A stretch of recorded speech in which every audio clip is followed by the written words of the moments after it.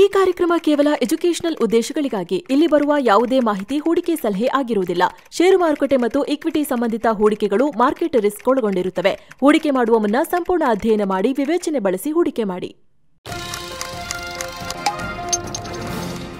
Hi friends, mastmaga.comಗೆ ಸ್ವಾಗತ. ನಾನು ಅಮರ್ ಪ್ರಸಾದ್. ಭಾರತದ ಷೇರುಪೇಟೆಯಲ್ಲಿ ನಿರಂತರ ರಕ್ತಪಾತ ಆಗ್ತಾ ಇದೆ. ಶೇರು ಮಾರ್ಕೆಟ್ ಕ್ರ್ಯಾಶ್ ಮೇಲೆ ಕ್ರ್ಯಾಶ್ ಆಗ್ತಾ ಇದೆ.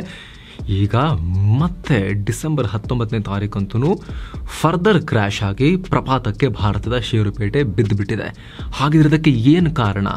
ಯಾಕೆ ನಿಲ್ದೇನೆ ಬೀಳ್ತಾನೆ ಹೋಗ್ತಾ ಇದೆ 500,000 ಪಾಯಿಂಟ್ಸ್ ಅಂತ ಯಾಕೆ ಕಿತ್ಕೊಂಡು ಹೋಗ್ತಾ ಇದೆ ಭಾರತದ ಷೇರುಪೇಟೆ? ಅಮೆರಿಕದಲ್ಲಿ ಆಗಿರೋ ಆ ಒಂದು ಬೆಳವಣಿಗೆ ಭಾರತವನ್ನ ಅಲ್ಲಾಡಿಸಿ ಹಾಕಿರೋದು ಹೇಗೆ? ಅದೆಲ್ಲವನ್ನ ಈ ವರದಿಯಲ್ಲಿ ನೋಡ್ತಾ ಹೋಗೋಣ. ಮುಂದೇನಾಗಬಹುದು, 2025 ಹೇಗಿರಬಹುದು ಅನ್ನೋದರ ಒಂದು ವಿಶ್ಲೇಷಣೆಯನ್ನು ಕೂಡ ಮಾಡ್ತಾ ಹೋಗೋಣ. ಕಡತನಕ ಮಿಸ್ ಮಾಡಿದೆ ನೋಡಿ ಸ್ನೇಹಿತರೆ. ಫೆಡ್ ರಿಸರ್ವ್, ಅಮೆರಿಕದ ಫೆಡರಲ್ ಬ್ಯಾಂಕ್ ಇಂಟ್ರೆಸ್ಟ್ ರೇಟ್ ಅನ್ನ ಕಟ್ ಮಾಡಿತು. ಸಾಮಾನ್ಯವಾಗಿ ಇಂಟ್ರೆಸ್ಟ್ ರೇಟ್ ಕಟ್ ಮಾಡಿದ್ರೆ ಖುಷಿ ಆಗ್ಬೇಕಲ್ವಾ? ಆದ್ರೂ ಯಾಕೆ ಈ ರೀತಿ ಪ್ರಪಾತಕ್ಕೆ ಬೀಳ್ತಾ ಇದೆ ಎಕ್ಸ್ಪ್ಲೇನ್ ಮಾಡ್ತೀವಿ. FOMC ಮೀಟಿಂಗ್, 2 ದಿನಗಳ ಮೀಟಿಂಗ್ ಬಳಿಕ ನಾವು ಮಲಗಿದ್ದಾಗ ಅಮೆರಿಕದಲ್ಲಿ ಇದರ ಔಟ್ಕಮ್ ಬಂತು. ರಾತ್ರಿ ಅಲ್ಲಿ ದಿನ ಅಲ್ಲ, ಅಲ್ಲಿ ಔಟ್ಕಮ್ ಬಂತು 0.25%, ಅಂದರೆ 25 ಬೇಸಿಸ್ ಪಾಯಿಂಟ್ಸ್ ನಾವು ಇಂಟ್ರೆಸ್ಟ್ ರೇಟ್ ಕಟ್ ಮಾಡ್ತೀವಿ ಅಂತ ಹೇಳಿದ್ರು. ಸೊ ಬೆಂಚ್ ಮಾರ್ಕ್ ರೇಟ್ ಈಗ ಅಮೆರಿಕದಲ್ಲಿ ಇಂಟ್ರೆಸ್ಟ್ ರೇಟ್ 4.25ರಿಂದ 4.50 ಒಳಗಡೆ ಈ ರೇಂಜ್ನಲ್ಲಿ ಇರುತ್ತೆ. ಆದರೆ ಈ ರೀತಿ 0.25% ಕಟ್ ಮಾಡೋ ಟೈಮ್ನಲ್ಲಿ ಮುಂದಿನ ನಡೆಗಳ ಬಗ್ಗೆ ಅಮೆರಿಕದ ಫೆಡ್ ಏನು ಮಾಡಿದೆ ಅಂತ ಹೇಳಿದ್ರೆ ಹಾಕಿಶ್ ಕಾಮೆಂಟರಿಯನ್ನು ಕೊಟ್ಟಿದೆ. ಸ್ವಲ್ಪ ಇಂಟ್ರೆಸ್ಟ್ ರೇಟ್ ಇನ್ನೂ ಜಾಸ್ತಿ ಕಟ್ ಮಾಡ್ತಾ ಹೋಗ್ತೀವಿ, ಮಾರ್ಕೆಟಿಗೆ ಚೆನ್ನಾಗಿ ದುಡ್ಡು ತುರ್ತೀವಿ ನಾವು ಅಂತ ಹೇಳಿ ಏನಾದರೂ ಅವರು ಕಾಮೆಂಟ್ರಿಯನ್ನು ಕೊಟ್ಟರೆ, ಮುಂದಿನ ನಿರ್ಧಾರಗಳ ಬಗ್ಗೆ ಹಿಂಟ್ ಕೊಟ್ಟರೆ ಅದನ್ನು ಡವಿಶ್ ಕಾಮೆಂಟ್ರಿ ಅಂತ ಹೇಳ್ತಾರೆ. ಇಲ್ಲ, ಹಣದುಬ್ಬರ ಜಾಸ್ತಿ ಆಗ್ತಿದೆ, ಶಿಸ್ತು ತರಬೇಕು, ದುಡ್ಡನ್ನು ಕಟ್ ಮಾಡ್ತೀವಿ, ಜಾಸ್ತಿ ಮಾರ್ಕೆಟಿಗೆ ದುಡ್ಡು ಹೋಗಕ್ಕೆ ಬಿಡಲ್ಲ ಅಂತ ಹೇಳಿ ಏನಾದರೂ ಕೂಡ ಆ ರೀತಿ ಹಿಂಟನ್ನು ಕೊಟ್ಟರೆ ಅದನ್ನು ಹಾಕಿಶ್, ಹದ್ದಾಗಿದ್ದಾರೆ ಅಮೆರಿಕದ ಫೆಡ್ ಗವರ್ನರ್ ಅನ್ನೋ ರೀತಿಯಲ್ಲಿ ಅದನ್ನು ಪರಿಗಣಿಸಲಾಗುತ್ತೆ. ಸೊ ಇದು ಹಾಕಿಶ್ ಕಮೆಂಟ್ರಿ ಅಂತ ಪರಿಗಣಿಸಲಾಗ್ತಾ ಇದೆ. ಯಾಕೆ ಅಂತ ಹೇಳಿದ್ರೆ 2025 ಎಂಡ್ ಒಳಗಡೆ ಇನ್ನು 4 ರೇಟ್ ಕಟ್ ಆಗಬಹುದು ಅನ್ನೋ ನಿರೀಕ್ಷೆ ಏನಿತ್ತು, ಅದು ಆಗಲ್ಲ, ಇನ್ನು 2 ರೇಟ್ ಕಟ್ ಆಗುತ್ತೆ ಅನ್ನೋ ರೀತಿಯಲ್ಲಿ ಹಿಂಟನ್ನು ಕೊಟ್ಟಿದ್ದಾರೆ. ಅದು ಕೂಡ 0.25% ಅಷ್ಟೇ ಆಗಬಹುದು. ಈಗೇನು 4.25 to 4.50 ಇದೆ, ಇನ್ನೊಂದು 50 ಬೇಸಿಸ್ ಪಾಯಿಂಟ್ಸ್ ಅಂದರೆ ಒಂದು 0.5% ಮ್ಯಾಕ್ಸಿಮಮ್ ಕಟ್ ಆಗ್ಬೋದು ಅನ್ನೋ ರೀತಿಯಲ್ಲಿ ಈಗ ಹಿಂಟನ್ನು ಅಮೆರಿಕದ ಫೆಡ್ ರಿಸರ್ವ್ ಕೊಟ್ಟಿರೋದ್ರಿಂದ ಅಮೆರಿಕ ಸೇರಿ ಜಗತ್ತಿನಾದ್ಯಂತ ಸ್ಟಾಕ್ ಮಾರ್ಕೆಟ್ಗಳು ಕ್ರ್ಯಾಶ್ ಆಗಿ ಹೋಗಿದ್ದಾವೆ. ನಿಮಗೆ ಗೊತ್ತಿರ್ಬೋದು ಸ್ನೇಹಿತರೆ, 4 ವರ್ಷಗಳಲ್ಲಿ ಮೊದಲ ಬಾರಿಗೆ ಸೆಪ್ಟೆಂಬರ್ನಿಂದ ಜುಲೈ ಸೆಪ್ಟೆಂಬರ್ ಬಳಿಕ ಅಮೆರಿಕದಲ್ಲಿ ಇಂಟ್ರೆಸ್ಟ್ ರೇಟ್ ಕಟ್ ಮಾಡೋ ಕೆಲಸವನ್ನು ಶುರು ಮಾಡಲಾಗಿತ್ತು. ಕೋವಿಡ್ಗಿಂತ ಬಿಫೋರ್ 1.25-2% ರೇಂಜ್ನಲ್ಲಿ ಇತ್ತಲ್ಲ ಅಮೆರಿಕದಲ್ಲಿ ಇಂಟ್ರೆಸ್ಟ್ ರೇಟ್ ಬಡ್ಡಿದರ, ಅದನ್ನು ಕೋವಿಡ್ ಟೈಮ್ನಲ್ಲಿ ಮಾರ್ಕೆಟ್ಗೆ ಚೇತರಿಕೆ ಕೊಡೋಕ್ಕೆ ಸ್ಟಿಮ್ಯುಲಸ್ ಅಂತ ಹೇಳಿ ಆಲ್ಮೋಸ್ಟ್ 0 ಥರ ಮಾಡಿಬಿಟ್ಟಿದ್ರು. 0.25% ಅಷ್ಟೇ ಇತ್ತು ಬಡ್ಡಿದರ ಅಮೆರಿಕದಲ್ಲಿ. ಫುಲ್ ಕಿತ್ತಾಕ್ಬಿಟ್ಟಿದ್ರು, ಸರಿಯಾಗಿ ದುಡ್ಡು ಹೋಗಲಿ ಮಾರ್ಕೆಟ್ಗೆ ಚೇತರಿಕೆಗೋಸ್ಕರ ಅಂತ. ಕೋವಿಡ್ ಮುಗಿತಾ ರಿಕವರಿ ಶುರುವಾಗ್ತಿದ್ದಾಗೆ ಮಾರ್ಕೆಟ್ ಸರಿಯಾಗಿ ಬೂಮ್ ಆಯಿತು. ಆವಾಗ ಮತ್ತೆ ಟೈಟ್ನಿಂಗ್ ಶುರು ಮಾಡಿದರು. ಈಸಿಂಗ್, ಟೈಟ್ನಿಂಗ್ ಅಂತ ಹೇಳ್ತಾರೆ. ಟೈಟ್ನಿಂಗ್ ಅಂದರೆ ಇಂಟ್ರೆಸ್ಟ್ ರೇಟ್ ಜಾಸ್ತಿ ಮಾಡ್ತಾ ಹೋಗೋದು. ನೀವು ಗ್ರಾಫ್ ಕೂಡ ನೋಡ್ತಾ ಇದ್ದೀರಿ, ಜಾಸ್ತಿ ಮಾಡ್ತಾನೇ ಹೋಗಿದ್ರು. ಅದಾದಮೇಲೆ ಒಂದಷ್ಟು ಅವಧಿ ಫ್ಲ್ಯಾಟ್ ಇತ್ತು ಇಂಟ್ರೆಸ್ಟ್ ರೇಟ್ ಕರು, ಆ ಕಡೆನೆಲ್ಲ ಈ ಕಡೆನೆಲ್ಲ ಹಾಗೆ ಮೇಂಟೈನ್ ಮಾಡಿದರು. ಆದರೆ ಈಗ 2024ರಲ್ಲಿ ಒಂದಾದ್ಮೇಲೆ ಒಂದು ಕಟ್ಸನ್ನು ಮಾಡ್ತಾ ಇದ್ದಾರೆ. ಲಾಸ್ಟ್ ಟೈಮ್ 0.50% ಕಟ್ ಮಾಡಿದ್ರು, 50 ಬೇಸಿಸ್ ಪಾಯಿಂಟ್ಸ್. ಈ ಸಲ 0.25% ಕಟ್ ಮಾಡಿದ್ದಾರೆ. ಹೀಗೆ ಕಟ್ ಮಾಡ್ತಾ ಪ್ರೀ ಕೋವಿಡ್ ಲೆವೆಲ್ಗೆ ಹೋಗಿಬಿಡ್ತಾರೆ. ಬರೀ 2-2.5% ಇಂಟ್ರೆಸ್ಟ್ ರೇಟ್ ಇರುತ್ತೆ ಅಮೆರಿಕದಲ್ಲಿ ಅನ್ನೋ ಲೆಕ್ಕಾಚಾರ ಇತ್ತಲ್ಲ, ಅದೆಲ್ಲ ಉಲ್ಟಾ ಆಗ್ತಾ ಇದೆ ಈಗ.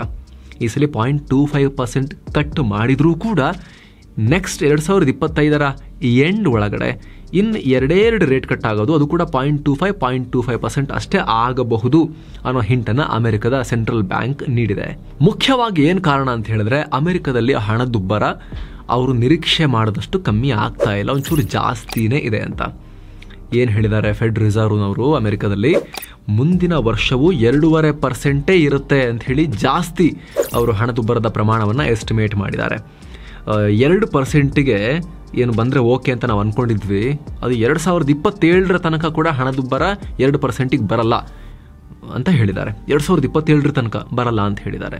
ಹಾಗಾಗಿ ಬಡ್ಡಿ ದರ ಇನ್ನೂ ಕಟ್ ಮಾಡ್ತಾ ಹೋದರೆ ಹಣದುಬ್ಬರ ಇನ್ನೂ ಜಾಸ್ತಿಯಾಗಿ ಹೋಗುತ್ತೆ ಮಾರ್ಕೆಟಿಗೆ ದುಡ್ಡು ಹೋದರೆ ಅಂತ ಹೇಳಿ ಇಂಟ್ರೆಸ್ಟ್ ರೇಟನ್ನು ಜಾಸ್ತಿ ಕಟ್ ಮಾಡಲ್ಲ ಅನ್ನೋ ಹಿಂಟನ್ನು ನೀಡಿದ್ದಾರೆ ಈಗ ಅಮೆರಿಕದಲ್ಲಿ. ಇದರ ಪರಿಣಾಮ ಅಮೆರಿಕದಲ್ಲಿ ಇದ್ದಕ್ಕಿದ್ದಂತೆ ಶೇರ್ ಮಾರ್ಕೆಟ್ಗಳೆಲ್ಲ ಬಿದ್ದು ಹೋಗ್ಬಿಟ್ಟಿದ್ದಾವೆ. ಅಮೆರಿಕದ ಡಾಲರ್ ಸ್ಟ್ರಾಂಗ್ ಆಗಿಬಿಟ್ಟಿದೆ. ಬಾಂಡ್ ಈಲ್ಡ್ ಕೂಡ ಈಗ ಜಾಸ್ತಿ. ಅಮೆರಿಕದಲ್ಲಿ ಈ ಬಾಂಡ್ಗಳ ಮೇಲಿನ ರಿಟರ್ನೇ ಈಗ ಜಾಸ್ತಿ ಆಗ್ತಾ ಹೋಗ್ತಾ ಇದೆ. ಅದರ ಪರಿಣಾಮ ಈಕ್ವಿಟೀಸಿಂದ ದುಡ್ಡನ್ನೆಲ್ಲ ತೆಗಿತಾ ಇದ್ದಾರೆ ಜನ. ಈಗ ನಾಸ್ಡ್ಯಾಕ್ 3.5% ಬಿದ್ದಿದೆ. S&P 3% ಬಿದ್ದಿದೆ ಸುಮಾರು. ರಜೆಲ್ 4.5%. ರಜೆಲ್ ಅಂದರೆ ಅವ್ರದ್ದು ಈ ಸ್ಮಾಲ್ ಆ್ಯಂಡ್ ಮಿಡ್ ಕ್ಯಾಪ್ ಥರದ ಸ್ವಲ್ಪ ಸಣ್ಣ ಪುಟ್ಟ ಕಂಪನಿಗಳ ಇದು ಇಂಡೆಕ್ಸ್ ಇದು, ಅದು ಕೂಡ ಬಿದ್ದು ಹೋಗ್ಬಿಟ್ಟಿದೆ. 4.5% ಬಿದ್ದು ಹೋಗ್ಬಿಟ್ಟಿದೆ. ಅಮೆರಿಕದಲ್ಲಿ ಇಷ್ಟೆಲ್ಲ ಆದಮೇಲೆ ಜಗತ್ತಿನ ಬೇರೆ ರಾಷ್ಟ್ರಗಳ ಮೇಲೆ, ಎಮರ್ಜಿಂಗ್ ಮಾರ್ಕೆಟ್ಸ್ ಮೇಲೆ, ಭಾರತದ ಮೇಲೆ ಆಗಿಲ್ಲ ಅಂದರೆ ಏನರ್ಥ? ಸಾಮಾನ್ಯವಾಗಿ ಈ ರೀತಿ ಡಾಲರ್ ಸ್ಟ್ರಾಂಗ್ ಆದಾಗ, ಬಡ್ಡಿ ದರ ಜಾಸ್ತಿ ಕಟ್ಟಾಗಲ್ಲ ಅಂತ ಗೊತ್ತಾದಾಗ ಡಾಲರ್ ಸ್ಟ್ರಾಂಗ್ ಆಗುತ್ತೆ. ಆಮೇಲೆ ಬಾಂಡ್ಗಳ ಮೇಲಿನ ರಿಟರ್ನ್ಸೇ ಜಾಸ್ತಿ ಆಗುತ್ತೆ. ಅದು ಹೆಂಗೂ ಸೇಫ್ ಅಲ್ವಾ ಅಂತ ದೊಡ್ಡ ಪ್ರಮಾಣದ ಹೂಡಿಕೆದಾರರು ತೊಗೊಂಡು ಹೋಗಿ ಡಾಲರ್ ಮೇಲೆ, ಬಾಂಡ್ ಮೇಲೆ ದುಡ್ಡು ಹಾಕ್ತಾರೆ. ಅದರ ಪರಿಣಾಮ emerging markets, Bharat, China, Mexico, Brazil ಇಂತಹ ರಾಷ್ಟ್ರಗಳಿಂದ ದುಡ್ಡನ್ನು ಕಿತ್ಕೊತಾರೆ. ವಿದೇಶಿ ಹೂಡಿಕೆದಾರರು ದುಡ್ಡನ್ನು ತೆಗಿತಾರೆ, ತಗೊಂಡು ಹೋಗಿ ಬಾಂಡ್ ಮೇಲೆ, ಅಮೆರಿಕನ್ ಡಾಲರ್ ಮೇಲೆ ಅದನ್ನು ಸುರಿತಾರೆ.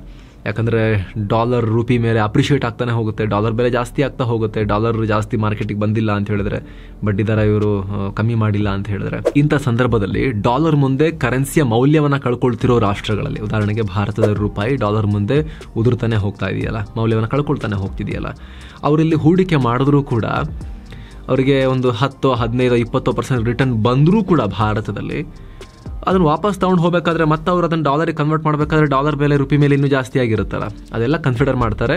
ಡಾಲರ್ ಸ್ಟ್ರಾಂಗ್ ಆದಂಗೂ ಕೂಡ, ಬಾಂಡ್ ಈಲ್ಡ್ಗಳು ಅಮೆರಿಕದಲ್ಲಿ ಜಾಸ್ತಿ ಆದಂಗೂ ಕೂಡ ಈಕ್ವಿಟೀಸಿಂದ ದುಡ್ಡನ್ನು ತೆಗಿತಾರೆ ಎಮರ್ಜಿಂಗ್ ಮಾರ್ಕೆಟ್ಸಿಂದ.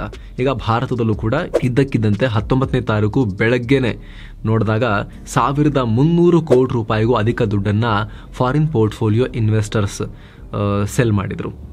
ತಗೊಂಡು ಈಕ್ವಿಟೀಸ್ ಎಲ್ಲ ಸೆಲ್ ಮಾಡಿಬಿಟ್ಟು ಆ ದುಡ್ಡನ್ನು ತಗೊಂಡು ಹೋಗಿದ್ರು ಭಾರತದಿಂದ ಹೊರಕ್ಕೆ. ಮೊದಲೇ ವಿದೇಶಿ ಹೂಡಿಕೆದಾರರು ಕಳೆದ 1 ವರ್ಷದಿಂದ ಭಾರತದಿಂದ ಹೂಡಿಕೆಯನ್ನು ಹಿಂತೆಗಿತಾನೇ ಇದ್ದಾರೆ. ಅದರ ಪರಿಣಾಮ ಭಾರತದಲ್ಲಿ SIP ಮಾಡೋರು ದುಡ್ಡು ಹಾಕಿ ಮಾರ್ಕೆಟ್ನ ಚೂರು ಕಾಪಾಡಿದ್ರು ಕೂಡ ವಿದೇಶಿ ಹೂಡಿಕೆದಾರರು ಭಾರತಕ್ಕೆ ಬರೋಕ್ಕೆ ಮುಖನೇ ಹಾಕ್ತಿರ್ಲಿಲ್ಲ, ಬರೀ ದುಡ್ಡು ತೆಗಿತಾನೇ ಇದ್ರು. ಈಗ ಮುಂದೇನು ಅನ್ನೋ ಪ್ರಶ್ನೆ ಈಗ ಕಾಡ್ತಾ ಇದೆ. ಹಾಗಾದರೆ ನೀವು ಮುಂದಿನ ದಿನಗಳಲ್ಲಿ market consolidation, market correction, market sideways ಇದೆ, ಮಾರ್ಕೆಟ್ ರೇಂಜ್ ಬೌಂಡ್ ಇದೆ, ಈ ರೀತಿಯ ಕಾಮೆಂಟ್ರಿಯನ್ನು, ಈ ರೀತಿಯ ವಿಶ್ಲೇಷಣೆಯನ್ನು ಪದೇ ಪದೇ ಕೇಳ್ತಾ ಇರ್ತೀರಿ. ಕನ್ಸಾಲಿಡೇಷನ್ ಅಂದರೆ ಸಿಕ್ಕಾಪಟ್ಟೆ ಏರ್ಬಿಟ್ಟಿದೆ. ಇನ್ನೊಂದು ಸ್ವಲ್ಪ ಟೈಮ್ ಅಂದರೆ ಅದರ ಯೋಗ್ಯತೆಗೆ ಮೀರಿ, ಅದರ ರಿಯಲ್ ಬೆಲೆಗೂ ಮೀರಿ ಜಾಸ್ತಿ ಈಗ ಜನ ದುಡ್ಡು ಹಾಕ್ಬಿಟ್ಟು ತೊಗೊಂಡ್ಬಿಟ್ಟಿದ್ದಾರೆ. ಈಗ ಅದರ ರಿಯಲ್ ಬೆಲೆ ಬರೋ ತನಕ ಸ್ವಲ್ಪ ಕನ್ಸಾಲಿಡೇಟ್ ಆಗುತ್ತೆ, ಡೌನ್ ಆಗುತ್ತೆ ಅನ್ನೋ ಒಂದು ವಿಶ್ಲೇಷಣೆ ಕೇಳಿಸ್ಕೊತೀರಿ. ಕರೆಕ್ಷನ್ ಅನ್ನೋ ವಿಶ್ಲೇಷಣೆ ಕೂಡ ಇದಕ್ಕೆ ನೀವು ಕೇಳಿಸ್ಕೊತೀರಿ. ಇನ್ನು ಸೈಡ್ ವೇಸ್, ಮಾರ್ಕೆಟು ಸೀದಾ ಮೇಲೆ ಬಂದಿದೆ, ಆಮೇಲೆ ಸುಮಾರು ಕಾಲ ಕೆಳಗೂ ಬೀಳದೆ, ಭಾಳ ತೀರಾ ಮೇಲಕ್ಕೂ ಹೋಗದೆ, ಹೀಗೆ ಅಡ್ಡ ಹೋಗೋದನ್ನು ಸೈಡ್ ವೇಸ್ ಅಂತ ಹೇಳ್ತಾರೆ, ಟೈಮ್ ಕರೆಕ್ಷನ್ ಅಂತ ಹೇಳ್ತಾರೆ. ಅದು ಇಲ್ಲಿಂದ ಹೀಗೆ 2 ವರ್ಷ ಹಿಂಗೆ ಸೈಡ್ ಬಂತು ಅಂತ ಹೇಳಿದ್ರೆ 2021ರಿಂದ 2023 ತನಕ ಆಗಿತ್ತಲ್ಲ, ಅದು ಟೈಮ್ ಕರೆಕ್ಷನ್. ಆ ಅವಧಿಯಲ್ಲಿ ಒಂದಷ್ಟು ಮಟ್ಟಿಗೆ ಕಂಪ್ನಿಗಳ ಅರ್ನಿಂಗ್ಸ್ ಗ್ರೋ ಆದರೂ ಕೂಡ ಶೇರ್ ಪ್ರೈಸ್ ಗ್ರೋ ಆಗಿರಲ್ಲ. ಯಾಕಂದರೆ ಆಲ್ರೆಡಿ ಓವರ್ ಪ್ರೈಸ್ ರೇಟಲ್ಲಿ ತೊಗೊಂಡಿರ್ತಾರಲ್ಲ, ಮತ್ತೆ ಯಾರು ಹೊಸದಾಗಿ ಹಾಕಕ್ಕೆ ಬರಲ್ಲ, ಹಾಗಾಗಿ ಅಡ್ಡ ಹೋಗಿರುತ್ತೆ. ಒಂದಷ್ಟು ಟೈಮ್ ಕರೆಕ್ಷನ್ ಆದಮೇಲೆ 2-3 ವರ್ಷ ಆದಮೇಲೆ ಕಂಪ್ನಿಗಳ ಓವರ್ ಆಲ್ ಇನ್ಕಮ್ ಕೂಡ ಇಂಪ್ರೂವ್ ಆಗ್ತಾ ಬಂದಿರುತ್ತೆ. ಹೈ ವ್ಯಾಲ್ಯೂಯೇಷನ್ನಿಂದ ಫೇರ್ಲಿ ಗುಡ್ ವ್ಯಾಲ್ಯೂಯೇಷನ್ ಅಂತ ಹೇಳಿ ಬಂದಿರುತ್ತೆ, ಆಮೇಲೆ ಮತ್ತೆ ಪಿಕಪ್ ಆಗುತ್ತೆ. ಈ ರೀತಿದೆಲ್ಲ ಟ್ರೆಂಡ್ ಇರುತ್ತಲ್ಲ, ಸೊ ಅದನ್ನು ನೀವು ವಿಶ್ಲೇಷಣೆ ಕೇಳ್ತೀರಿ. ಸೊ ಮುಂದಿನ 1 ವರ್ಷ ಇದೇ ರೀತಿ ಲೆಕ್ಕಾಚಾರ ಆಗುತ್ತಾ ಅನ್ನುವಂಥ ಆತಂಕ ಇದೆ ಈಗ. ಯಾಕಂದರೆ ಲಾಸ್ಟ್ 5 ವರ್ಷದಲ್ಲಿ ಸ್ನೇಹಿತರೆ ಒನ್ ವೇ ಮೂಮೆಂಟ್ ನಾವು ನೋಡಿದ್ವಿ. 95% ರಿಟರ್ನ್ ಕೊಟ್ಟಿದೆ ನಿಫ್ಟಿ. ನೀವು ನಿಫ್ಟಿ 50 ತೆಗೆದು ನೋಡಿದ್ರು ಕೂಡ ಏನು ರಿಸ್ಕ್ ತಗೊಳ್ಳದೆ, ಯಾವುದು ಸ್ಟಾಕ್ ಪಿಕ್ ಏನೂ ಮಾಡಿದೆ, 5 ವರ್ಷಗಳ ಹಿಂದೆ, ಕರೆಕ್ಟಾಗಿ 5 ವರ್ಷಗಳ ಹಿಂದೆ ಬರೀ ನಿಫ್ಟಿ 50ಯಲ್ಲಿ ಇಂಡೆಕ್ಸ್ ಮೇಲೆ ನೀವು ಈ ನಿಫ್ಟಿ ಬೀಸೋ ಯಾವುದಾದ್ರೂ ಅಥವಾ ಯಾವುದಾದ್ರು ನಿಫ್ಟಿ 50 ಬೇಸ್ಡ್ ಇಂಡೆಕ್ಸ್ ಫಂಡೋ ಅದ್ರ ಮೇಲೆ ಏನಾದರೂ ನೀವು 50 ಲಕ್ಷ ರೂಪಾಯಿ ಹಾಕಿದಿದ್ರೆ 1 ಕೋಟಿ ರೂಪಾಯಿ ಹತ್ರ ಆಗಿರೋದು ಇವಾಗ ಅಲ್ವಾ. 1 ಕೋಟಿ ರೂಪಾಯಿ ಹಾಕಿದಿದ್ರೆ 1,95 ಲಕ್ಷ ರೂಪಾಯಿ ಇವಾಗ ಆಗಿರೋದು. 95% ರಿಟರ್ನ್ ಬರೀ ನಿಫ್ಟಿ 50ನೇ ಕೊಟ್ಟಿದೆ ಲಾಸ್ಟ್ 5 ಇಯರ್ಸಲ್ಲಿ. ಆಲ್ಮೋಸ್ಟ್ ಒನ್ ವೇ ಇದು ಮೂಮೆಂಟ್, ಇದು ಡಬಲ್ ಆಗಿಬಿಟ್ಟಿದೆ ಇದು ನಿಫ್ಟಿ. ಬೇರ್ ಮಾರ್ಕೆಟೇ ಸರಿಯಾಗಿ ನೋಡಲಿಲ್ಲ ನಾವು ಲಾಸ್ಟ್ 5 ಇಯರ್ಸಲ್ಲಿ. ಒಂದು 2 ಸಿಚುವೇಶನ್ ಅಷ್ಟೇ ನಾವು ನೋಡಿದ್ದು. ಒಂದು ಕೋವಿಡ್ ಬಂದಾಗ ಆಗಿರೋ ಇಂಪ್ಯಾಕ್ಟ್, ಅದು ಎಷ್ಟು ಬೇಗ ರಿಕವರ್ ಆಗಿದೆ ನಿಮಗೆ ಇಲ್ಲಿ ಗ್ರಾಫಲ್ಲಿ ಕಾಣಿಸ್ತಾ ಇದೆ. ಪಟ್ ಅಂಥೇಳಿ ಕೆಲವೇ ತಿಂಗಳಲ್ಲಿ ಅದು ರಿಕವರ್ ಆಯಿತು ಕೋವಿಡ್ ಲೋನಿಂದ. ನೆಕ್ಸ್ಟ್ 2021ರಿಂದ 2023 ತನಕ 3 ವರ್ಷ ಒಂಥರ ಸೈಡ್ ವೇಸ್ ಇತ್ತು ಮಾರ್ಕೆಟ್. ನಿಮಗೆಲ್ಲಿ ಗ್ರೋತ್ ಕಾಣಲಿಲ್ಲ. 3 ಇಯರ್ಸ್ ಪೀರಿಯಡ್ನಲ್ಲಿ ಆಲ್ಮೋಸ್ಟ್ 3 ಇಯರ್ಸ್ ಪೀರಿಯಡ್ನಲ್ಲಿ 5% ಮೈನಸ್ಸೇ ಇತ್ತು ಮಾರ್ಕೆಟು. ಇದು 2 ಸಂದರ್ಭಗಳು ಬಿಟ್ಟರೆ ಅದಾದಮೇಲೆ ನೋಡಿ ಮತ್ತೆ ಸಡನ್ನಾಗಿ ಫುಲ್ ಮೇಲಕ್ಕೆ ಹೋಗಿದೆ. ಶಾರ್ಪ್ ಪ್ರೈಸ್ ನಿಮಗೆ ಕಾಣುತ್ತೆ. ಓವರಾಲ್ ಲಾಸ್ಟ್ 5 ಇಯರ್ಸಲ್ಲಿ 95% ನಿಫ್ಟಿ 50ನೇ ರಿಟರ್ನ್ಸ್ ಕೊಟ್ಟಿದೆ. ಹಾಗಾಗಿ ಈ ಸಲ ಒಂದು ಲಾಂಗ್ ಬೇರ್ ಮಾರ್ಕೆಟ್ ಏನಾದರೂ ಸಿಗುತ್ತೆ ನೋಡೋಕೆ. ಅಟ್ಲೀಸ್ಟ್ ಈಗೆಲ್ಲ ಬೇರ್ ಮಾರ್ಕೆಟ್ ಅಂದರೆ 1 ತಿಂಗಳು ಡೌನ್ ಇದ್ರೇ ಬೇರ್ ಮಾರ್ಕೆಟ್ ಅನ್ನೋ ರೀತಿ ಆಗಿ ಹೋಗಿದೆಯಲ್ಲ. ಮುಂಚೆಲ್ಲ 2-3 ವರ್ಷ ನಡೀತಾ ಇತ್ತು. 2 ವರ್ಷ ಅಂತೂ ಆ್ಯಾವ್ರೇಜ್ ಥರ ಇರ್ತಾ ಇತ್ತು ಬೇರ್ ಮಾರ್ಕೆಟ್. ಸೊ ಈ ಸಲ ಅಟ್ಲೀಸ್ಟ್ 1 ಇಯರ್ 2025 ಅಡ್ಡಡ್ಡ ಹೋಗ್ಬಿಡುತ್ತಾ ಅಥವಾ ಕೆಳಗೆ ಅಥವಾ ಅಡ್ಡಡ್ಡ ಮೇಲಂತೂ ಸಾಧ್ಯ ಇಲ್ಲ ಅನ್ನೋ ಲೆಕ್ಕಾಚಾರವನ್ನು ಮಾಡಲಾಗ್ತಿದೆ. ಯಾರೂ ಊಹೆ ಮಾಡೋಕ್ಕಾಗಲ್ಲ, ಬಟ್ ಕೆಲವೊಂದಷ್ಟು ಅಂಶಗಳ ಆಧಾರದ ಮೇಲೆ ಒಂದಷ್ಟು ವಿಶ್ಲೇಷಣೆ ಮಾಡ್ಬೋದು. ಈ ರೀತಿ ಲೆಕ್ಕಾಚಾರ ಸದ್ಯಕ್ಕಿದೆ. ಯಾಕಂದರೆ ಎಗೇನ್ ನಾವು ನಿಧಾನಕ್ಕೆ ಎಲ್ಲ ಕಡೆ ಸ್ಲೋ ಡೌನ್ ನೋಡ್ತಾ ಇದ್ದೀವಿ. ಅಮೆರಿಕ ಹಣದುಬ್ಬರದ ಬಗ್ಗೆ ಚಿಂತೆ ಮಾಡಿಕೊಂಡು ಬಡ್ಡಿ ದರ ಜಾಸ್ತಿ ಕಟ್ ಮಾಡಲ್ಲ ಅಂತ ಹೇಳ್ತಾ ಇದೆ. ಚೀನಾದ ಎಕಾನಮಿ ಸ್ಲೋ ಆಗಿ ಹೋಗಿದೆ. 4-4.5% ಅಂತ ಒದ್ದಾಡ್ತಿದ್ದಾರೆ. 5% ಟಚ್ ಮಾಡೋಕ್ಕೆ ಒದ್ದಾಡ್ತಿದ್ದಾರೆ. ಇಂಡಿಯಾ ಇನ್ನೂ ವರ್ಸ್ಟ್ ಆಗಿಬಿಟ್ಟಿದೆ. ನಮ್ಮ ಕತೆ 6-7 ಅಂತ ನಾವು ಹಾರ್ತಾ ಇದ್ವಿ, 8 ಅಂತಿದ್ವಿ. ಇನ್ನು 10% ಗ್ರೋ ಆದರೆ ನಾವು ಸೂಪರ್ ಪವರ್ ಆಗ್ತೀವಿ ಅಂತೆಲ್ಲ ನಾವು ಲೆಕ್ಕಾಚಾರ ಮಾಡ್ತಾ ಇದ್ವಿ. ಲಾಸ್ಟ್ ಕ್ವಾರ್ಟರ್ ರಿಸಲ್ಟ್ ಏನಿದೆ GDPದು 5.4%. 5.4% ವರ್ಸ್ಟ್ ನಮಗದು ಲಾಸ್ಟ್ 2 ವರ್ಷಗಳಲ್ಲೇ. ಆ ರೀತಿ ಪರಿಸ್ಥಿತಿ ನಾವು ನೋಡ್ತಾ ಇದ್ದೀವಿ. ಕಂಪನಿಗಳ ಆದಾಯ ಕೂಡ ಭಾಳ ಗ್ರೋ ಆಗ್ತಿಲ್ಲ. ಕಾರ್ಪೊರೇಟ್ ಅರ್ನಿಂಗ್ ಕೂಡ ಸ್ಟ್ಯಾಗ್ನೆಂಟ್ ಆಗ್ತಾ ಇದೆ. 4 ವರ್ಷಗಳಲ್ಲೇ ವರ್ಸ್ಟ್ ಕ್ವಾರ್ಟರ್ಲಿ ರಿಸಲ್ಟ್ಸನ್ನು ಕಂಪನಿಗಳು ಲಾಸ್ಟ್ ಕ್ವಾರ್ಟರ್ನಲ್ಲಿ ಅನೌನ್ಸ್ ಮಾಡಿದ್ದಾರೆ. ಸರ್ಕಾರದ ಕ್ಯಾಪಿಟಲ್ ಎಕ್ಸ್ಪೆಂಡಿಚರ್, ಸರ್ಕಾರ ಮೂಲಸೌಕರ್ಯಗಳ ಮೇಲೆ ದೊಡ್ಡ ಪ್ರಮಾಣದಲ್ಲಿ 11 ಲಕ್ಷ ಕೋಟಿ ಖರ್ಚು ಮಾಡ್ತೀವಿ ಅಂತ ಗುರಿಯನ್ನು ಹಾಕೊಂಡಿತ್ತು. ಈ ಹಿಂದಿನ ವರ್ಷಗಳಲ್ಲಿ ನಿರಂತರವಾಗಿ ವರ್ಷದಿಂದ ವರ್ಷಕ್ಕೆ ಕ್ಯಾಪಿಟಲ್ ಎಕ್ಸ್ಪೆಂಡಿಚರ್ ಸರ್ಕಾರ ಜಾಸ್ತಿ ಮಾಡ್ತಾ ಬಂದಿತ್ತು. 13-14ನೇ ಇಸ್ವಿ ಟೈಮ್ನಲ್ಲಿ 2-2.5 ಲಕ್ಷ ಕೋಟಿ ಇದ್ದಿದ್ದು ನಮಗೆ ಸರ್ಕಾರದ ಈ ಬಂಡವಾಳ ವೆಚ್ಚ ಅಂದರೆ ಮೂಲಸೌಕರ್ಯದ ಮೇಲೆ, ರೋಡು, ಹೈವೇಸು, ಪೋರ್ಟು, ಏರ್ಪೋರ್ಟು, ಸೇತುವೆ ಇವುಗಳ ಮೇಲೆ ಸರ್ಕಾರ ಹಾಕ್ತಿದ್ದ ದುಡ್ಡು 2-2.5 ಲಕ್ಷ ಕೋಟಿ ಇದ್ದಿದ್ದು 11 ಲಕ್ಷ ಕೋಟಿಗೆ ತೊಗೊಂಡು ಹೋಗಿದ್ರು. ಅದರ ಪರಿಣಾಮ ಮಾರ್ಕೆಟಿಗೆ ಹೆವಿ ದುಡ್ಡು ಬರ್ತಾ ಇತ್ತು, ಜಾಬ್ ಕ್ರಿಯೇಷನ್ ಕೂಡ ಆಗ್ತಿತ್ತು, ಕಂಪ್ನಿಗಳಿಗೂ ಒಳ್ಳೊಳ್ಳೆ ಆರ್ಡರ್ ಸಿಗ್ತಾ ಇತ್ತು, ಚೆನ್ನಾಗಿ ಅದರಿಂದ ಸಪೋರ್ಟ್ ಸಿಗ್ತಾ ಇತ್ತು. ಆದರೆ 2024ರಲ್ಲಿ ನ್ಯಾಷನಲ್ ಎಲೆಕ್ಷನ್ ಇತ್ತು. ಆ ಎಲೆಕ್ಷನ್ ಕಾರಣದಿಂದಾಗೂ ಕೂಡ ಸರಿಯಾಗಿ ಕ್ಯಾಪಿಟಲ್ ಎಕ್ಸ್ಪೆಂಡಿಚರ್ ಆಗಲಿಲ್ಲ, ನೀತಿ ಸಂಹಿತೆ ಅದಂತೆಲ್ಲ ಇರುತ್ತೆ. ಅದಾದಮೇಲೆ ರಾಜ್ಯಗಳ ವಿಧಾನಸಭಾ ಚುನಾವಣೆಗಳು ಬಂದು ಅಗೇನ್ ಅಲ್ಲೆಲ್ಲ ಸ್ವಲ್ಪ ಅಡಚಣೆಗಳು ಆಗಿ ಸರಿಯಾಗಿ ಕ್ಯಾಪಿಟಲ್ ಎಕ್ಸ್ಪೆಂಡಿಚರ್ ಆಗಲಿಲ್ಲ. ಜೊತೆಗೆ ಸರ್ಕಾರದ ನೀತಿ ಏನಿತ್ತು, ನಾವು ರೇವಡಿ ಹಂಚಲ್ಲ, ಉಚಿತಗಳನ್ನು ಹಂಚಲ್ಲ, ನಾವು ಕ್ಯಾಪಿಟಲ್ ಎಕ್ಸ್ಪೆಂಡಿಚರ್ ಮೇಲೆ, ಮೂಲಸೌಕರ್ಯದ ಮೇಲೆ ಸಿಕ್ಕಾಪಟ್ಟೆ ಹೂಡಿಕೆ ಮಾಡ್ತೀವಿ ಅದೇ ದುಡ್ಡನ್ನು, ಅದರಿಂದ ಎಕಾನಮಿಯಲ್ಲಿ ರಿಪಲ್ ಎಫೆಕ್ಟ್ ಆಗುತ್ತೆ. ಓವರಾಲ್ ಎಕಾನಮಿ ಮೇಲಕ್ಕೆ ಬಂದು ಈ ಸಮುದ್ರದಲ್ಲಿ ಟೈಡ್ ಬಂದಾಗ ಎಲ್ಲ ಬೋಟ್ಗಳನ್ನು ಮೇಲಕ್ಕೆತ್ತುತ್ತೆ ಅಂತ ಹೇಳ್ತಾರಲ್ಲ, ಅದೇ ರೀತಿ ಎಲ್ಲರಿಗೂ ಕೂಡ ಅದರ ಬೆನಿಫಿಟ್ ಸಿಗುತ್ತೆ, GDP ಗ್ರೋ ಮಾಡ್ತೀವಿ ಅಂತ ಹೇಳ್ತಾ ಇದ್ರು. ಆದರೆ 2024ರ ಲೋಕಸಭಾ ಚುನಾವಣೆಯಲ್ಲಿ ಇವರಿಗೆ 400 ಪಾರು ಹೋಗಿ 300 ಪಾರು ಆಗಲಿಲ್ಲ, ಸ್ವಂತ ಬಹುಮತ ಸಿಗಲಿಲ್ಲ. ಹೀಗಾಗಿ ಪಾಲಿಸಿಯಲ್ಲೂ ಕೂಡ ಬದಲಾವಣೆ ಮಾಡ್ಕೊಳ್ಳೋಕ್ಕೆ ಸರ್ಕಾರ ಯೋಚನೆ ಮಾಡ್ತಾ ಇದೆಯಾ, ಇವರು ಕೂಡ ಒಂದಷ್ಟು ಈ ಸ್ಕೀಮ್ಗಳನ್ನು ಕೊಡೋದ್ರ ಕಡೆಗೆ, ಬೇರೆ ಬೇರೆ ಯೋಜನೆಗಳನ್ನು ಕೊಡೋದ್ರ ಕಡೆಗೆ, ನೇರವಾಗಿ ಜನರಿಗೆ ಒಂದಷ್ಟು ಡೈರೆಕ್ಟ್ ಬೆನಿಫಿಟ್ ಟ್ರಾನ್ಸ್ಫರ್ ಮಾಡೋ ಮೂಲಕ, ದುಡ್ಡು ಕಾಸಿನ ಟ್ರಾನ್ಸ್ಫರ್ ಮಾಡೋ ಮೂಲಕ ಮನ ಗೆಲ್ಲೋಕೆ ಪ್ರಯತ್ನ ಪಡೋಕೆ ಮುಂದಾಗ್ತಿದ್ದಾರೆ ಅನ್ನೋ ರೀತಿಯಲ್ಲಿ ಹಿಂಟ್ಸ್ ಕೊಡ್ತಾ ಇದ್ದಾರೆ. ಆಡಳಿತಾರೂಢ BJP ಕೂಡ ರಾಜ್ಯಗಳ ಚುನಾವಣೆಯಲ್ಲಿ ಅದನ್ನು ಮಾಡಿದೆ. ಈಗ ಅವರಿಗೆ ಸಕ್ಸಸ್ ಕೂಡ ಸಿಕ್ಕಿದೆ. ಸೊ ಈ ಟ್ರೆಂಡೇ ಜಾಸ್ತಿ ಆಗ್ತಾ ಹೋಯಿತು ಅಂತ ಹೇಳಿದ್ರೆ ಸರ್ಕಾರದ ಕ್ಯಾಪಿಟಲ್ ಎಕ್ಸ್ಪೆಂಡಿಚರ್ ಪಿಕಪ್ ಆಗೋದು ಕಷ್ಟ, ಅದು ಜಾಸ್ತಿ ಆಗೋದು ಕಷ್ಟ, ದುಡ್ಡು ಈ ಕಡೆಯಿಂದ ಹೋಗುತ್ತೆ.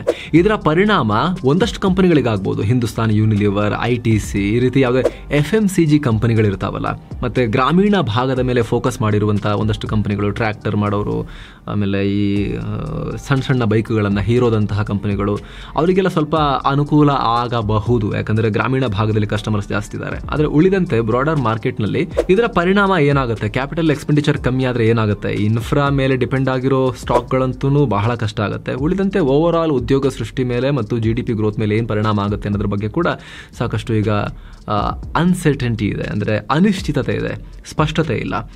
ಹಾಗಾಗಿ 2025ರ ವರ್ಷ ಅಂತೂ ಈ ಗೊಂದಲದಲ್ಲೇ ಕಳೆದು ಹೋಗುತ್ತಾ ಅನ್ನುವಂಥ ಪ್ರಶ್ನೆ ಇದೆ.